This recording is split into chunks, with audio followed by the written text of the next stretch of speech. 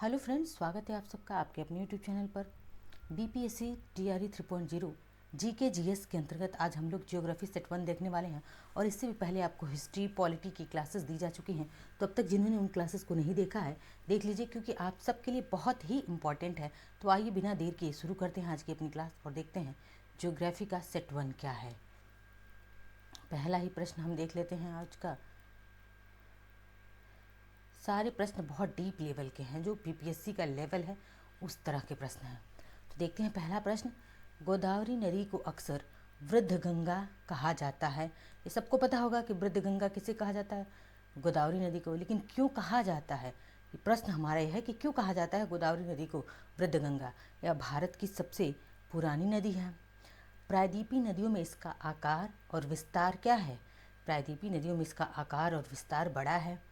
Option C है, इसके किनारों पर काफ़ी बड़ी संख्या में तीर्थस्थल स्थित हैं, या फिर इसकी लंबाई लगभग गंगा नदी के समान है। तो गंगा नदी की अगर लंबाई की हम बात करें तो कितनी है, 2525, ठीक है, 2525 इसकी लंबाई है गंगा की, ठीक है। अब बात करें हम गोदावरी को, तो इसको हम वृद्ध गंगा कहते हैं। क्यों? क्योंकि ऑप्शन बी हमारा राइट आंसर है। प्रायद्वीपीय नदियों में इसका आकार और विस्तार क्या है, बड़ा है। प्रायद्वीपीय नदियाँ कौन सी, जो दक्षिण भारत की नदियाँ हैं, वह नदी उन नदियों में सबसे इसका आकार भी बड़ा है और विस्तार भी बड़ा है गोदावरी नदी की। आगे बढ़ते हैं, देखते हैं। इसे दक्षिणी गंगा कहते हैं। गोदावरी नदी को क्या कहते हैं, गोदावरी नदी को एक प्रश्न है। इसे दक्षिणी गंगा भी कहते हैं। क्या कहते हैं, दक्षिणी गंगा। और दक्षिण की गंगा किसे कहते हैं, तो दक्षिण की गंगा कावेरी नदी को दक्षिण की गंगा कहते हैं। आगे है हमारा दूसरा प्रश्न। निम्नलिखित में से किसकी कमी या फसल की विफलता भारत में गंभीर खाद्य तेल संकट का कारण बन सकते हैं। यानी कि इनमें से कौन सा अगर उत्पादन कम हो जाए तो गंभीर तेल संकट, खाद्य तेल संकट आ जाएगा। नारियल, मूंगफली, अलसी या फिर सरसों। तो अगर हम बात करें इनमें से तो मूंगफली का अगर पैदावार कम हो जाए तो हमारे वहाँ क्या हो जाएगा, खाद्य तेल का जो है गंभीर संकट आ जाएगा। मूंगफली में टॉप राज्य की बात करें तो कौन सा है, गुजरात है। कौन सा है, गुजरात है। नारियल कहाँ पे सबसे ज़्यादा होता है, तो नारियल केरल में सबसे ज़्यादा होता है। कहाँ पे होता है, केरल में सबसे ज़्यादा नारियल होता है। बात करें तीसरे प्रश्न की। तीसरा प्रश्न है पेनाइन्स, यानी कि पेनाइन पर्वत कहाँ पे है, तो ये पेनाइन्स यानी कि पेनाइन पर्वत है। पेनाइन पर्वत कहाँ पे है, यूरोप में है। अपलेशियन कहाँ पे है, तो अपलेशियन पर्वत अमेरिका में है। अरावली पर्वत कहाँ पे है, भारत में है। और यह किस तरह के पर्वतों के उदाहरण है, आपसे पूछा है। पुराने हैं, युवा है, फोल्ड है या फिर ब्लॉक पर्वत है। तो पेनाइन जो कि यूरोप में है, अपलेशियन अमेरिका में है, अरावली जो है भारत में है। और यह कैसे पर्वत के उदाहरण है, तो यह पुराने पर्वत है। कैसे, ओल्ड माउंटेन है। कैसे माउंटेन है, ओल्ड, ओल्ड, ठीक है। आप याद रखिएगा कि यह ओल्ड माउंटेन है, पुराने पर्वत हैं, ठीक है। आगे देखते हैं। अरावली कहाँ पे है यह, तो भारत के राजस्थान। कहाँ पे है, राजस्थान में है, भारत के राजस्थान में है अरावली पर्वत। बहुत बार पूछा जाता है, याद रखिएगा। चौथा प्रश्न देख लेते हैं। चौथा प्रश्न है भारत में जूट उद्योग में वर्तमान संकट के लिए निम्नलिखित में से कौन से कारक जिम्मेदार हैं। यानी कि जूट उद्योग में संकट आया है तो कौन से कारण जिम्मेदार है जूट उद्योग के लिए। तो देखते हैं, विदेशी बाजार में गिरावट, कच्चे जूट की अपर्याप्त आपूर्ति, सिंथेटिक पैकिंग सामग्री की से कड़ी प्रतिस्पर्धा, या मतलब इनमें से कौन सा जो है नीचे दिए गए कोड में से कौन सा सही है, आपको सही उत्तर चुनना है। तो इनमें से कौन सा सही है, तो ऑप्शन ए हमारा राइट आंसर है। 1 और 2 ये दोनों सही हैं कि विदेशी बाजार में कच्चे जो जूट है, उद्योग है, जूट की गिरावट आई है। और कच्चे जूट की कैसी हुई है, अपर्याप्त आपूर्ति, ठीक है। ये दोनों सही हैं, ऑप्शन ए हमारा राइट आंसर है। बात करें छठे प्रश्न की, भारत में प्रमुख बंदरगाहों की संख्या कितनी है। तो भारत में प्रमुख बंदरगाहों की संख्या कितनी है, 5 है, 8 है, 13 है या फिर 15। तो भारत में अगर देखा जाए तो वर्तमान में भारत में कितने बंदरगाह हैं, 13 बंदरगाह हैं। और आपको यह पूरे 13 बंदरगाहों से संबंधित 13 बंदरगाहों के नाम और इनसे संबंधित इंपॉर्टेंट क्वेश्चंस, फैक्ट सारे एक अभी थोड़ी देर बाद ही आपको क्लासेस मिलेंगी भारत के प्रमुख बंदरगाह, ठीक है। और इसकी क्लासेस मिलेंगी, पूरी डिटेलिंग मैं वहाँ पे करूँगी, क्योंकि अगर यहाँ पे सारी इसको एक्सप्लेन करने लगूँ तो बहुत समय जाएगा। तो इसीलिए मैं इस पर एक अलग क्लास लेकर आऊँगी भारत के प्रमुख बंदरगाह पर और उससे संबंधित इंपॉर्टेंट क्वेश्चंस पे। आगे बढ़ते हैं, देखते हैं 7वां प्रश्न है, निम्नलिखित में से कौन सी भारत की एक प्रायद्वीपीय नदी है, यानी कि इनमें से कौन सी जो भारत की प्रायद्वीपीय नदी है, प्रायद्वीपीय मतलब दक्षिण भारत की नदी है, साउथ की नदी है। देखिए यहाँ पे देखिए, मैं समझाने का प्रयास करती हूँ कि हम किसे प्रायद्वीपीय नदियाँ कहते हैं, ठीक है। ये देखिए ये क्या है, तो यह गुजरात वाला हिस्सा है। कौन सा वाला हिस्सा? गुजरात है, ठीक है। और यह क्या है? एमएच है, महाराष्ट्र है। और इस पूरे को हम क्या कहते हैं? वेस्टर्न घाट कहते हैं। और इसको हम क्या कहते हैं? ईस्टर्न घाट कहते हैं। और जो ईस्टर्न घाट पे नदियाँ जो बहती हैं यहाँ पे, इन्हें ही हम क्या कहते हैं? प्रायद्वीपीय नदियाँ कहते हैं, ठीक है। दक्षिण भारत की नदियाँ, इन्हीं की प्रायद्वीपीय नदियाँ यही नदियाँ हैं। अब इनमें से कौन सी जो प्रायद्वीपीय नदी नहीं है? गंडक है, कोसी है, कृष्णा है और सतलज है। देखिए इनमें से कौन सी प्रायद्वीपीय नदी है पूछा है। एक नदी जो है कौन सी, वह प्रायद्वीपीय नदी हो, गंडक नदी, कोसी नदी और सतलज नदी। तो कौन सी नदी जो है इनमें से प्रायद्वीपीय नदी है? तो कृष्णा नदी। गंडक उत्तर भारत में, कोसी बिहार में। बिहार का शोक किसे कहा जाता है? अगर बात करें, बहुत बार प्रश्न पूछा जाता है कि बिहार का शोक किसे कहते हैं, तो बिहार का शोक इसी कोसी नदी को कहते हैं, ठीक है। और बात करें सतलज कहाँ पे है, तो सतलज पंजाब वाले एरिया में। कहाँ पे है सतलज? पंजाब वाले एरिया में है। गंडक की बात करें तो यह कहाँ पे है, तो गंडक यूपी बिहार वाले एरिया में है। कोसी बिहार का सुख कहा जाता है। और कृष्णा नदी कहाँ पे है, तो यह प्रायद्वीपीय नदी है। कृष्णा नदी कहाँ पे है? प्रायद्वीपीय नदी। और यह इसका उद्गम कहाँ से होता है? महाबलेश्वर पहाड़ी, महाबलेश्वर पहाड़ी, ठीक है। याद रखिए, पूछा गया कृष्णा नदी का उद्गम कहाँ पे, तो महाबलेश्वर पहाड़ी से, क्योंकि कृष्ण महान थे इसलिए महाबलेश्वर पहाड़ी से इसका उद्गम हुआ। ये ट्रिक है याद करने का। भारत में बिजली उत्पादन के लिए निम्नलिखित में से कौन सा सबसे महत्वपूर्ण कच्चा माल है, यानी कि कौन सा कच्चा माल है जो बिजली उत्पादन के लिए सबसे इम्पॉर्टेंट है भारत में? कोयला है, खनिज तेल है, प्राकृतिक गैस है या यूरेनियम है? तो इनमें से अगर हम बात करें बिजली उत्पादन के लिए, तो आज भी हमारे वहाँ कोयले से सबसे ज़्यादा बिजली का उत्पादन होता है। देखिए हम कोयले को एक्सप्लेन करना चाहेंगे, क्योंकि कोयले से संबंधित प्रश्न आपके पिछली बार बीपीएससी में भी पूछा गया था, पिछली बार और इस बार भी पूछे जाने की पूरी संभावना है। बात करें अगर कोयला की, कितने प्रकार के कोयले होते हैं, तो 4 प्रकार का कोयला होता है। कौन कौन सा? तो देखिए एंथ्रासाइट हो गया, बिटुमिनस हो गया,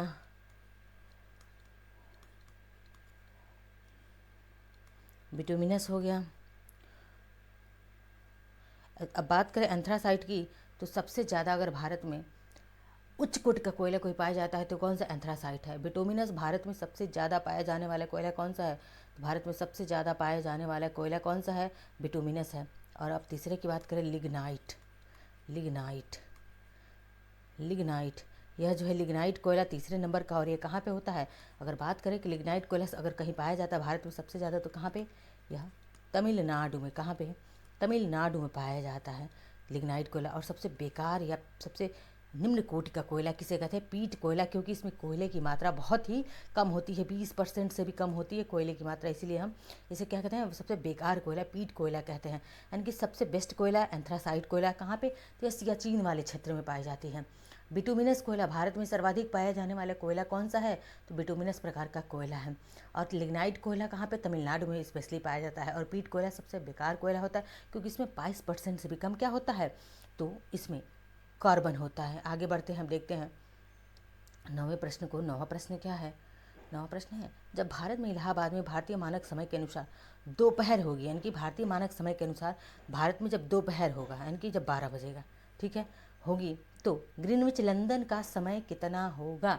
ग्रीनविच लंदन में कितना समय होगा जब भारत में भारतीय मानक समय में दोपहर होगा? तो देखिए कितना आगे होता है ग्रीनविच से भारतीय मानक समय, कितना होता है? +5:30। कितना होता है? 5 घंटे, 5.5 घंटा आगे होता है हमारा ग्रीनविच से भारतीय मानक समय। तो कितना हो जाएगा? ऑप्शन सी हमारा राइट आंसर है, 6:30, ठीक है, 6:30 हो जाएगा, 6:30। आगे बढ़ते हैं, देखते हैं 10वां प्रश्न है, किस देश की तटरेखा सबसे बड़ी है? तो किस देश की तटरेखा सबसे बड़ी है? कोस्टल लाइन, तटरेखा मतलब कोस्टल लाइन पूछ रहे हैं किसकी सबसे बड़ी है? अमेरिका है, ऑस्ट्रेलिया है, कनाडा है या भारत है? तो सबसे अगर हम बात करें कि विश्व में किस देश की तटरेखा सबसे बड़ी है, कनाडा की तटरेखा सबसे बड़ी है। और भारत में अगर कोस्टल लाइन बात करें सबसे बड़ी, तो किसकी कोस्टल लाइन सबसे बड़ी है? गुजरात की। किसकी है? गुजरात की। गुजरात के बाद से किसकी है? आंध्र प्रदेश की। आंध्र प्रदेश, प्रश्न ये दोनों पूछे गए हैं। भारत में सब सर्वाधिक तटरेखा किसकी? भारत में गुजरात की लंबी है। उसके बाद से पूछा गया है किसका? आंध्र प्रदेश का। ये दोनों पूछा गया है। और अगर हम बात करें कि विश्व में सबसे बड़ी तटरेखा किसकी है? कनाडा की सबसे बड़ी तटरेखा है कनाडा की। आगे बढ़ते हैं, देखते हैं 11वें प्रश्न को देखते हैं। निम्नलिखित में से किस प्रकार की मिट्टी अधिकतर भारत के नदी घाटियों और तटीय मैदानों तक सीमित है? यानी कि अधिकतर जो है किस प्रकार की मिट्टी भारत के नदी घाटियाँ और जो तटीय मैदान है वहीं तक सीमित है? जलोढ़ मिट्टी, काली मिट्टी, लैटेराइट मिट्टी या फिर लाल मिट्टी?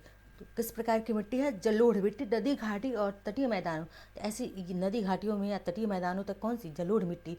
नदियों द्वारा बहाकर लाई गई जो गाद होते हैं उन सबसे जो मिट्टी बनती है उसे जलोढ़ मिट्टी। यह भी कितने प्रकार की होती है? जलोढ़ मिट्टी भी 2 प्रकार की होती है। ठीक है, एक होती है बांगर और दूसरी होती है क्या? खादर। बांगर क्या होता है? तो बांगर जो है पुरानी जलोढ़, पुरानी जलोढ़ मृदा को हम क्या कहते हैं?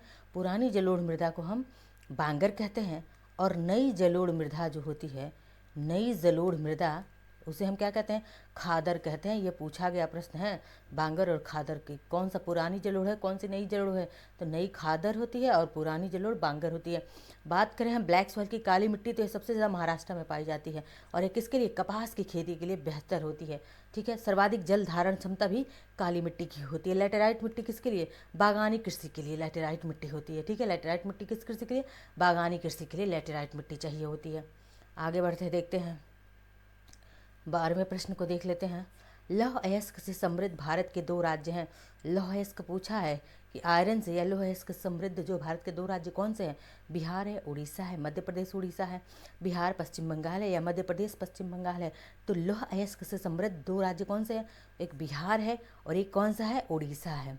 ठीक है, आगे बढ़ते हैं, देखते हैं 13वां प्रश्न है कि भारत का सबसे उपजाऊ क्षेत्र है, यानी कि भारत का सबसे उपजाऊ क्षेत्र इनमें से कौन सा है? जो ऐसा क्षेत्र जो भारत का सबसे उपजाऊ क्षेत्र है, हिमालय है, मध्य उच्च भूमि है, सिंधु गंगा का मैदान या फिर प्रायद्वीपीय पठार? तो अगर हम बात करें कि सबसे उपजाऊ क्षेत्र की, ऑप्शन सी हमारा राइट आंसर। मध्य सिंधु गंगा का मैदान जो है क्या है? सबसे उपजाऊ क्षेत्र है। यहाँ पे सबसे ज़्यादा कौन सी? एलुवियल सॉइल या फिर जलोढ़ मिट्टी होती है, नदियों द्वारा लाई गई मिट्टी होती है। ठीक है, अब देखते हैं 14वें प्रश्न को। 14वां प्रश्न हमारा क्या है? निम्नलिखित में से किस समूह का भारत के वार्षिक कोयला उत्पादन में 90% से योगदान अधिक होता है? यानी कि इनमें से कौन सा ऐसा राज्य है जो भारत कोयला उत्पादन में 90% इन्हीं राज्यों का योगदान होता है? तो कौन से राज्य हैं देख लेते हैं हम। बिहार है, उड़ीसा है, पश्चिम बंगाल है। बिहार, उड़ीसा, मध्य प्रदेश है। उड़ीसा, मध्य प्रदेश, तमिलनाडु है। और मध्य प्रदेश, पश्चिम बंगाल, मध्य प्रदेश और तमिलनाडु। अगर हम बात करें कि इनमें से जो भारत के वार्षिक कोयला उत्पादन में 90% योगदान किसका? ऑप्शन ए हमारा राइट आंसर है। बिहार हो गया, उड़ीसा हो गया और कौन सा हो गया?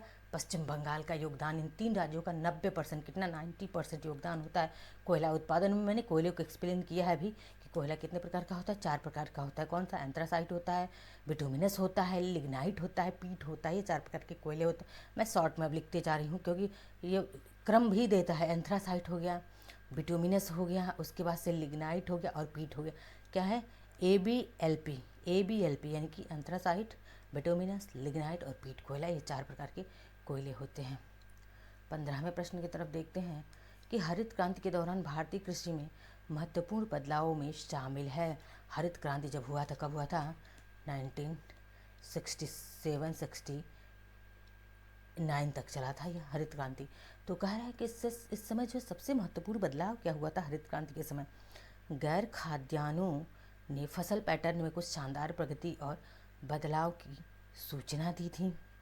प्रमुख खाद्यान्न पूर्वी क्षेत्रों में उत्पादन में कमी आई और उत्तरी राज्यों में वृद्धि हुई। अब कह रहे हैं इनमें से दोनों सही है या फिर इनमें से कोई सही नहीं है? तो ऑप्शन हमारा कौन सा सही होगा? ये दोनों सही हैं। ठीक है, हरित क्रांति के दौरान हरित क्रांति के जनक कौन हैं? तो यहाँ पर मैं ऊपर लिखती हूँ हरित क्रांति के जनक कौन है। इसके जनक हैं MS स्वामीनाथन। कौन है? MS MS Swaminathan.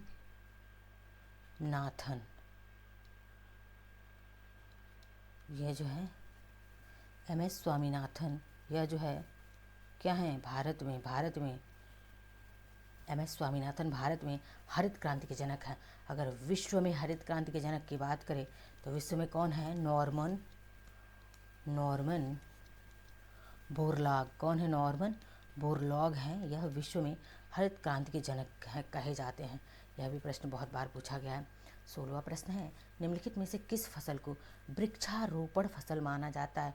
वृक्षारोपण फसल कहिए या फिर रोपण फसल कहिए, इनमें से कौन सा जो है रोपण फसल आता है। तो देखिए वृक्षारोपण फसल कौन सा है, नारियल है, कपास है, गन्ना है या चावल है। तो कौन सा वृक्षारोपण, नारियल वृक्षारोपण फसल है। और सबसे ज़्यादा नारियल कहाँ पे होता है, केरल राज्य में सर्वाधिक नारियल होता है। और यह कैसा फसल है, वृक्षारोपण फसल है। ठीक है। और गन्ने की बात करें तो गन्ना, कपास, चावल, ये तीनों कैसी फसल हैं, गन्ना, कपास और चावल ये कैसी फसल हैं, खरीफ की फसलें हैं। कैसी फसल है, खरीफ की फसलें हैं। खरीफ और रबी फसलों में आपको आगे बताया जाएगा, खरीफ और रबी फसल भी प्रश्न आएगा। तो 17वां प्रश्न, निम्नलिखित में से कौन सा देश एल्यूमिनियम और उसके उत्पादों के उत्पादन में विश्व में अग्रणी है। एल में, यानी कि एल्यूमिनियम एल में सबसे टॉप पर कौन सा है। एल के प्रोडक्ट्स और प्रोडक्शन दोनों में कौन सा सबसे टॉप पर है एल्यूमिनियम के। तो बात करें कौन सा टॉप पर है, ऑस्ट्रेलिया है, फ्रांस है, भारत है या फिर यूएसए है। कौन सा टॉप पर है, यूएसए है, अमेरिका है।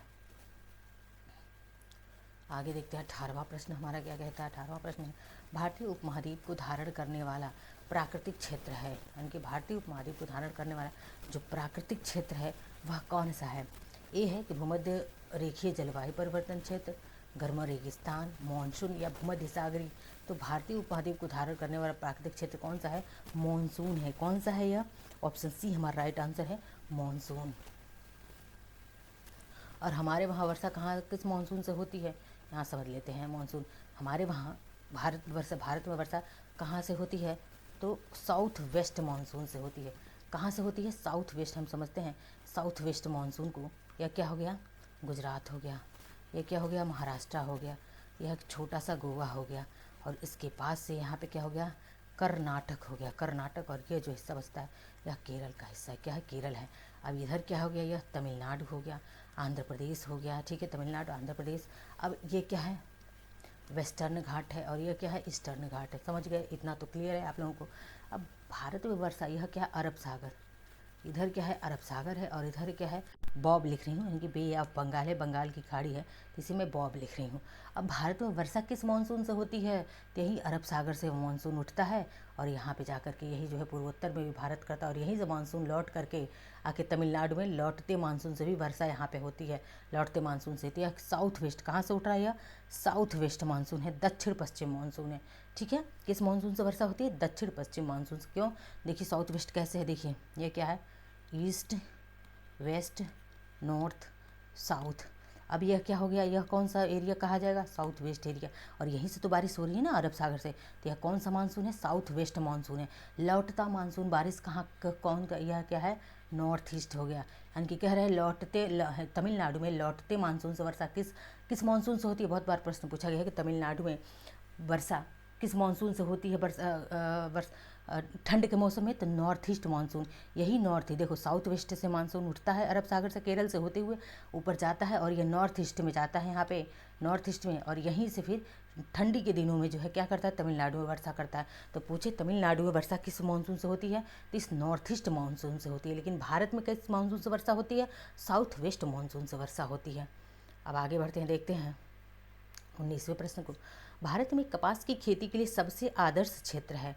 तो भारत में जो कपास की खेती के लिए सबसे बेस्ट क्षेत्र कौन सा होगा, ब्रह्मपुत्र घाटी, सिंधु गंगा घाटी, दक्कन पठार या फिर कच्चकरण।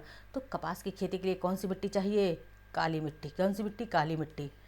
ठीक है, काली मिट्टी, ब्लैक सॉइल चाहिए, तभी कपास जो है बेहतर उगता है। फसल कैसा है, खरीफ की फसल है।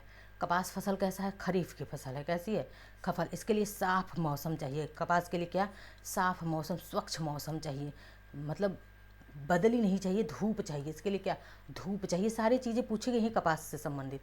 ठीक है, बेहतर धूप चाहिए। अब कह रहे हैं कपास जो है यानी कि कपास की खेती के लिए सबसे बेस्ट है, अगर सॉइल की बात करें, दक्कन का पठार, यानी कि दक्कन यानी कि काली मिट्टी वाला पठार, काली मिट्टी का क्षेत्र चाहिए।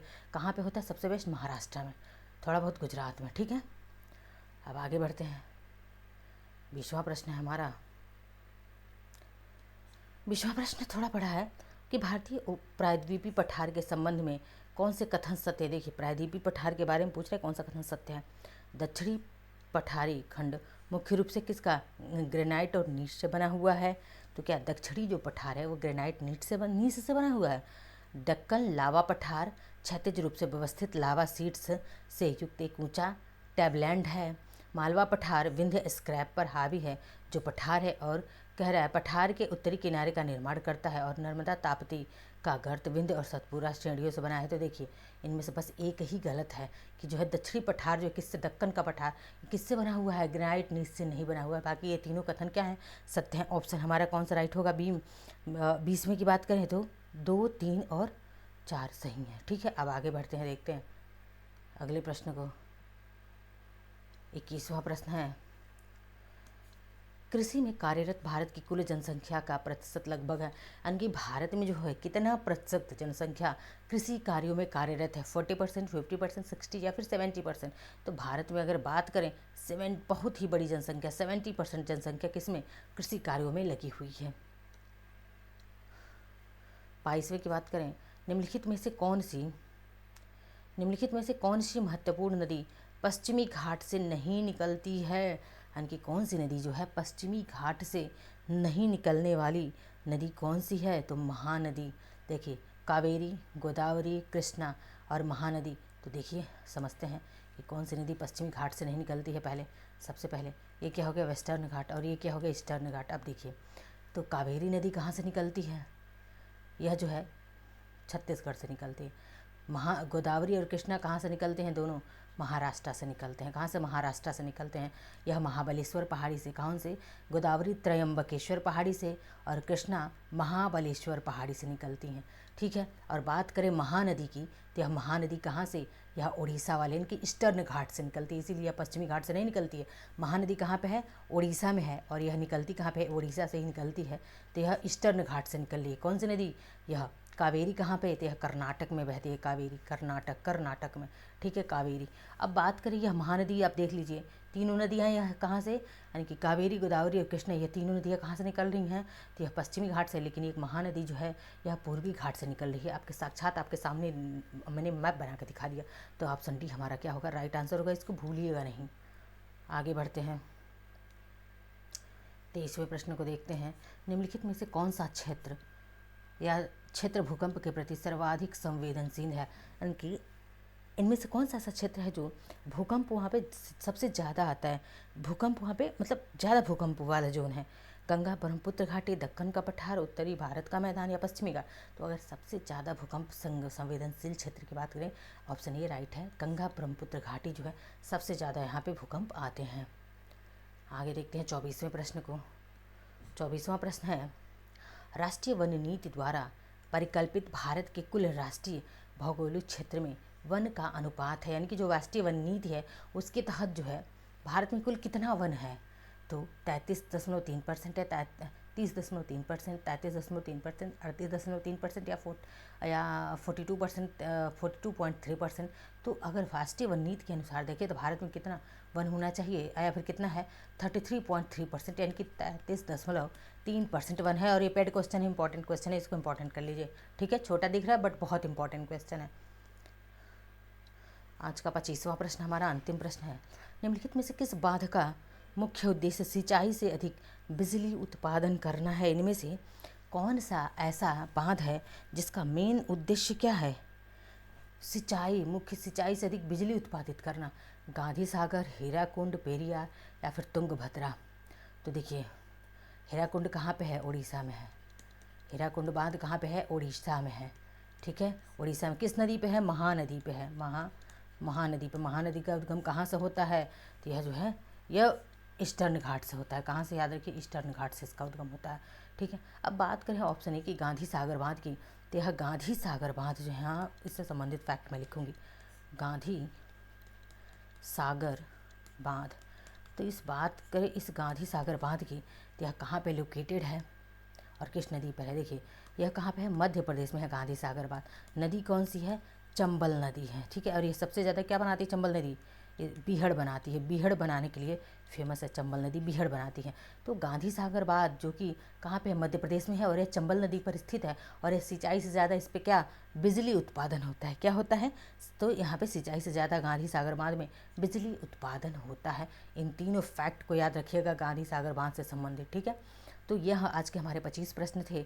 और इसके बाद जो है भारत के प्रमुख जो 13 बंदरगाह हैं उससे संबंधित प्रश्न और उन 13 बंदरगाहों को एक्सप्लेन किया जाएगा नेक्स्ट क्लास में। मिलते हैं अगले क्लास में। क्लास पसंद आए तो लाइक शेयर सब्सक्राइब कमेंट करते रहिए। वीडियो को अपना ढेर सारा प्यार दीजिए। धन्यवाद।